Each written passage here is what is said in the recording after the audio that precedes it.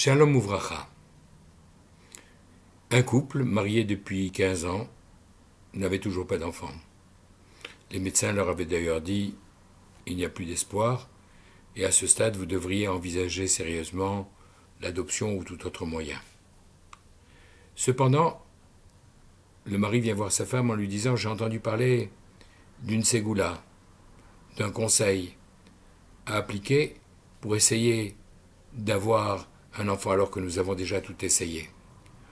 On m'a dit que si je lisais la Haftara, ce texte prophétique, la Haftara du premier jour de Rosh Hashanah, le premier jour de l'année juive, ce texte dans lequel on raconte la démarche de Hannah et sa prière pour avoir un enfant, qu'elle a fini par obtenir après 19 ans d'attente, 19 années de prière, et elle a obtenu Samuel, le prophète qui va introniser le roi Saül, puis le roi David. Alors on m'a dit que si je lisais cet Haftara le jour de Rosh Hashanah, le jour de l'an, ce serait quelque chose de très favorable pour que nous puissions recevoir un enfant dans notre foyer. Mais ça risque de coûter très cher parce que c'est une alia, une montée à la Torah qui est vendue aux enchères et qui est très disputée. La famille, de toute manière, à quoi nous sert l'argent que nous pouvons avoir si nous n'avons pas d'enfants? Le jour de Rosh Hashanah arrive, et dans la synagogue, ce sont les habitués, les notables, qui, lorsqu'arrive la vente de la Haftara, de ce texte, commencent à se disputer les enchères, 1000 shekels, 2000, 3000, 7000, pratiquement 2000 euros. Là, le gabaï, celui qui fait les enchères, dit une fois, deux fois, et s'apprête à adjuger quand ce jeune homme se lève et dit 8000. Tout le monde se tourne vers lui, il n'est pas habitué à participer à ces enchères, puis surtout pas à ce niveau-là. L'étonnement passé, 9000, 10 000, 15 000, 20 000, 22 000. Quand on le voit s'acharner tellement, quelqu'un finit par comprendre qu'il doit avoir ses raisons. Il fait signe aux autres, laissez-le. Laissez-lui acquérir cette mitzvah. Laissez-lui avoir la possibilité de lire ce texte. Il lève les yeux vers l'Ezrat Tachim, là où se trouve sa femme, avec un sourire qui lui dit, tu vois, nous avons consacré une somme importante, mais j'espère que cela nous servira à accompagner nos prières. Tout ça dans un regard silencieux et muet. Les montées à la Torah se succèdent, premier, deuxième, troisième, quatrième. Quand on arrive à ce stade, une personne s'approche de lui en lui disant « Écoutez, aujourd'hui c'est la Haskara de mon père, le jour anniversaire de son décès. Et nous avons l'habitude de monter à la Torah, aussi bien mon frère que moi-même, et il a acheté la 6e montée et moi la 7e. Et nous n'avons pas la possibilité de monter l'un après l'autre, puisque l'usage l'interdit. Alors ce que je vous propose, c'est de monter vous à ma place comme 7e, et de me laisser lire la Haftara, comme ça vous aurez fait une interruption entre mon frère et moi, ce qui est permis. Notre brave homme lève les yeux vers le ciel en disant « Jusque-là, tu viens me soumettre à une épreuve, mon Dieu, qu'est-ce que je dois faire? Accepter ou au contraire refuser après avoir fait tellement d'efforts et consacré tellement d'argent pour avoir ce privilège ?» Et il lui dit « C'est d'accord, je vous laisse ma place. » Alors, allez prévenir le gabaï, la personne responsable, que je monterai 7e et vous monterez pour lire la Haftara. Quand il appelait 7e, tout le monde est étonné parce qu'il est monté tellement haut pour la Haftara, et quand on voit l'autre monter la Haftara, on ne comprend pas. Et quand il descend, on lui dit « Mais vous n'avez pas honte? Vous lui avez pris la Haftara où il avait monté les enchères à un niveau très élevé parce qu'il y tenait certainement. Pourquoi lui avez-vous pris sa place ?»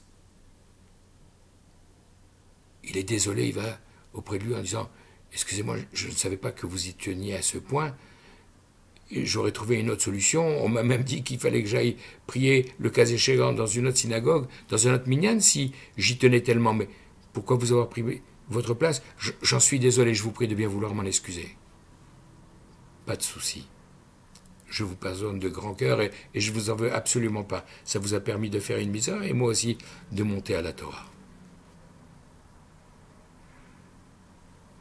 Chacun reprend sa route, mais l'année d'après, celui qui avait pris, sans le savoir, cette montée tellement importante aux yeux de ce jeune homme, arrive très tôt le jour de Rosh Hashanah, l'attend à l'entrée de la porte, laisse passer les uns après les autres les premiers fidèles, jusqu'au moment où ce jeune homme arrive et lui dit « Écoutez, je me suis arrangé avec le Shamash. Cette année, il a instruction de ma part de monter jusqu'au niveau qu'il faut pour acheter à mon nom cette Haftara, afin que vous la lisiez et que je puisse ainsi réparer le préjudice que je vous ai commis l'année dernière. » Le jeune homme sourit en lui disant « Oh, c'est pas la peine. C'est pas la peine parce que nos prières ont été entendues et il y a un mois déjà, ma femme a donné naissance à des jumeaux. » Lire cette Haftara était une très grande ségoula, un remède spirituel d'une très grande portée. Mais le fait de vous avoir laissé ma place a été encore plus bénéfique puisque nous avons été doublement récompensés.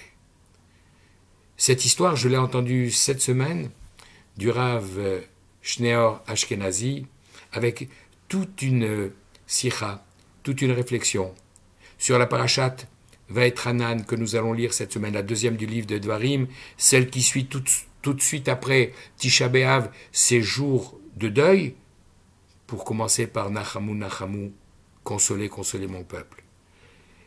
Et en même temps, il se trouve que ce Shabbat, ce sera Tu B'Av, une date particulière, qui est d'ailleurs reliée, puisque une des différentes réponses qui sont données à la raison de la célébration de cette fête dans la fin de la Gemara Ta'anit, c'est justement que ce jour-là, toutes les générations du désert, tous ceux qui arrivaient à l'âge de 60 ans, mouraient le jour de Tisha B'Av, le 9 Av, soit environ 15 000 personnes chaque année, jusqu'à la 40e année où les 15 000 derniers ont creusé leur tombe, sont rentrés dans le trou, mais se sont relevés le lendemain matin en se disant on s'est peut-être trompé de date, et ainsi le surlendemain, jusqu'au 15 Av où la lune était pleine, et ils se sont dit non, Dieu nous a graciés. Le 15 Av, la date de ce Shabbat, c'est la date que nous célébrons dans la joie parce que c'est la preuve que Dieu nous a pardonné la faute des explorateurs et cette condamnation à mort de la génération du désert. Et c'est la raison pour laquelle, comme nous allons le lire dans la paracha de cette semaine, Vaetranan, valeur numérique 515, Moïse va implorer Dieu à 515 reprises, au nom de prières dans lesquelles on peut demander des choses personnelles à Kadosh Baruch Hu entre le 15 Av et le 7 Adar, date à laquelle il est monté aux cieux.